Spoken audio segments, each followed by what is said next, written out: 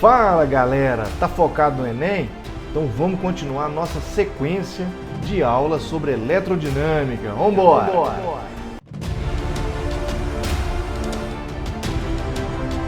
Galera, antes de começar, não se esqueça de se inscrever no canal, curtir, compartilhar e ativar o sininho. Bora para a aula?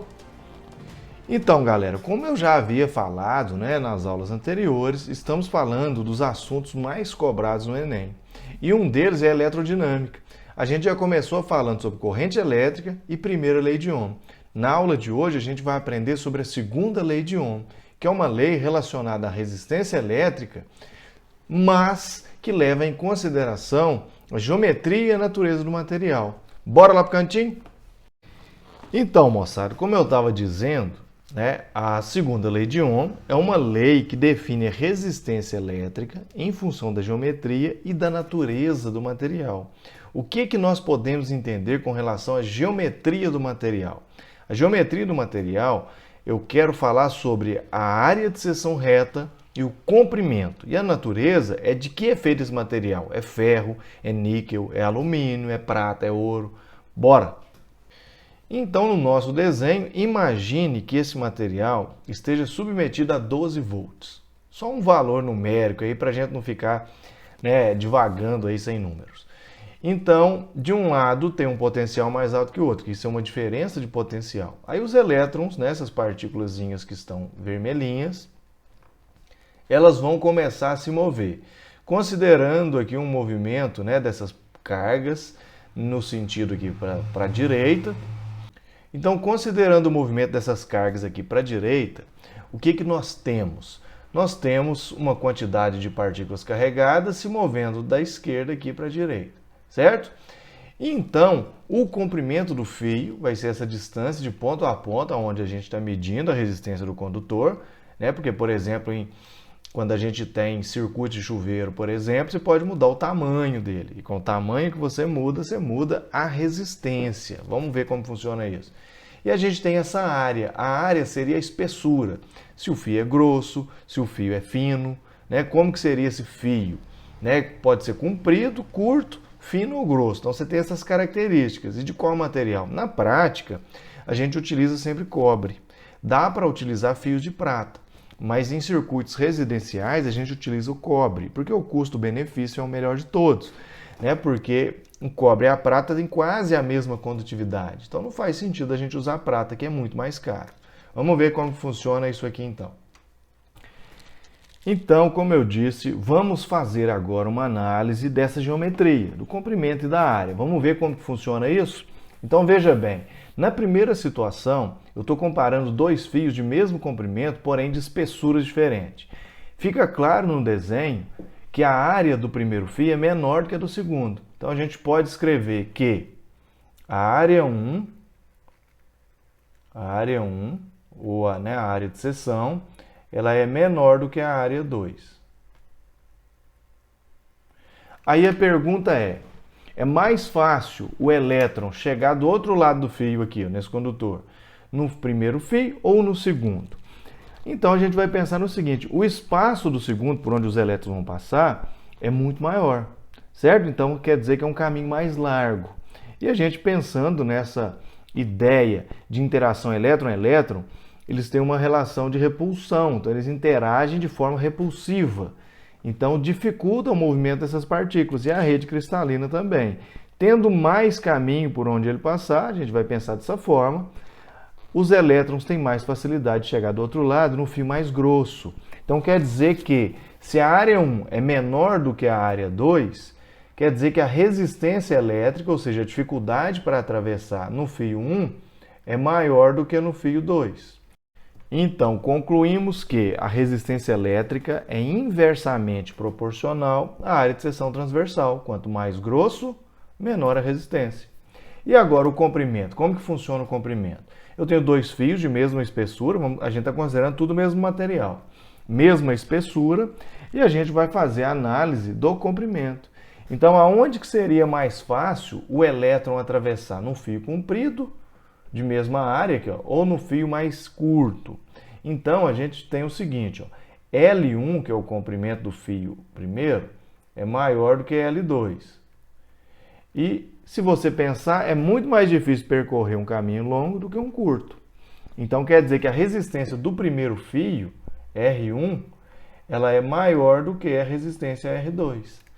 Então a gente conclui que a resistência elétrica é diretamente proporcional ao comprimento do fio, certo? E a gente vai acabar chegando nessa expressão de uma forma intuitiva. Existem definições matemáticas que fazem com que você chegue nessa expressão de uma forma mais rigorosa, né? Aqui a gente vai só numa forma intuitiva porque a gente está tratando de ensino médio.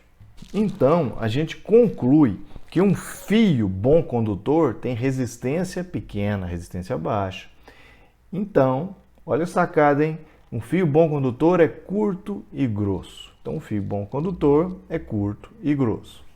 E veja bem, a resistividade também, né, que vai estar relacionada com essa resistência, é uma constante do material, certo? E ela está relacionada com a resistência à passagem da corrente elétrica. Ela é diretamente relacionada com a resistência. Então, ela marca uma relação de resistência, comprimento e área, que ela pode ser escrita da seguinte maneira.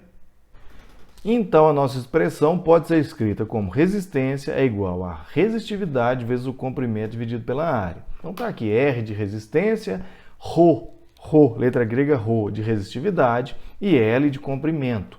A A é a área de seção transversal, ou seja, a espessura do fio, né? Uma maneira que a galera gosta de utilizar, eu não gosto muito dessas palhaçadas, mas a galera gosta para lembrar. Então você está vendo esse passarinho, ele não está ali à toa, é para a gente lembrar da equação. Olha, essa letra grega se chama ρ, então a gente escreve ρ. Esse passarinho, ó, ρ, L, A. Rola. É o passarinho, galera, é o passarinho. Então essa é uma pomba rola. Então tá aqui o passarinho para você lembrar dessa equação, nunca mais você esquece. Segunda lei de Ohm, rola. Segunda lei de Ohm, rola. Mas essa rola aqui, hein, galera, cuidado. Beleza. A resistividade, eu falei que ela é constante do material, mas quando a gente fala de resistores ômicos em determinada temperatura, porque a temperatura pode fazer ela variar. Então, a gente vai dar aqui só um complementozinho, né? Porque é ensino médio e tal, mas pode ser que caia em algum vestibularzinho aí. Vamos ver como que fica. Então, moçada, a resistividade elétrica pode ser escrita em função da temperatura dessa forma. Resistividade é igual a um ρ0, que seria um valor de referência, vezes 1 mais um alfa, que depende do material, da natureza, também da natureza do material, né? Vezes a variação de temperatura. Note que se essa variação de temperatura aqui, ó, for nula, for zero, o que acontece? Eu anulo essa parte aqui e fica aqui ρ é igual a ρ. Então, se não tiver variação de temperatura, eu tenho que a resistividade é constante. Beleza? Unicamp 2021. A Organização Meteorológica Mundial anunciou recentemente um novo recorde de raio mais extenso em distância percorrida, mais de 700 quilômetros, registrado em outubro de 2018 no sul do Brasil. O atraso observado entre o trovão e a luz relâmpago produzidos por um raio se deve à diferença entre a velocidade do som e a velocidade da luz no ar. Como a velocidade da luz é muito maior do que a velocidade do som, que é 340 metros por segundo, pode-se considerar o relâmpago como instantâneo. Se um trovão de curta duração é ouvido 5 segundos após o relâmpago, qual é a distância entre o raio e o observador? Essa é fácil, basta você usar que distância é igual a velocidade vezes o tempo. Como a velocidade é constante, 340 metros por segundo, vezes o tempo em segundo, que é 5. Então, 340 vezes 5, eu tenho 1.700 metros. Resposta não especificou a unidade, a gente deixa em metros. Considere agora certo raio que ocorre entre duas nuvens separadas por uma distância de 9 km.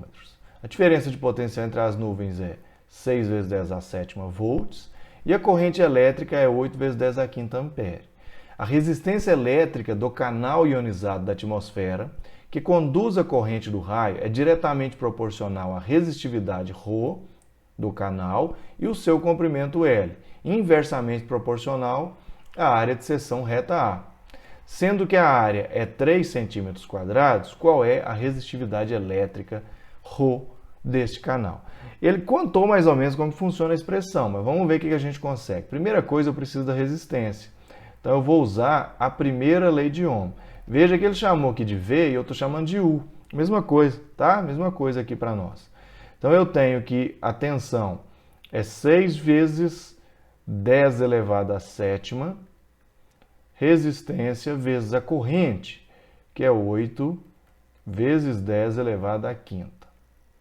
Então eu tenho aqui 6,0 vezes 10 elevado à sétima, dividido por 8 vezes 10 elevado à quinta. Essa é a nossa resistência.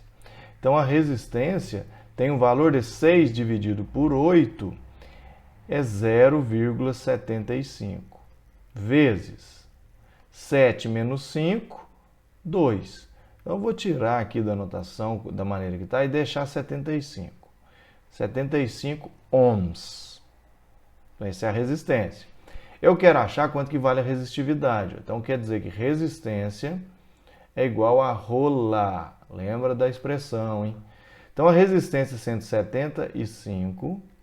O ρ estou procurando. O L vale 9 km. Então eu tenho que colocar em metros, hein? 9 vezes 10 a terceira metros. Aí agora eu vou dividir pela área, que tem que ser em metros quadrados. Ó. Então eu tenho 3 vezes 10, olha só, centímetro quadrado para metro quadrado, menos 4. Então eu tenho aqui 75 é igual a 9 dividido por 3, é igual a 3 vezes 3 menos 4, 10 à sétima, vezes ρ. Então quer dizer que ρ é igual a 75 dividido por 3, que equivale a 25, vezes 10, aí você troca o sinal aqui. Ó. Ou seja, eu tenho em notação científica 2,5 vezes 10 elevado a menos 6 ohm vezes metro. É isso aí, galera. Nossa aula de segunda lei de Ohm, em breve de circuitos, hein? Então um abraço, até a próxima e não se esqueça, se inscreve, clica no sininho, clica no curtir, compartilha e faz o diabo a 4 aí. Fui!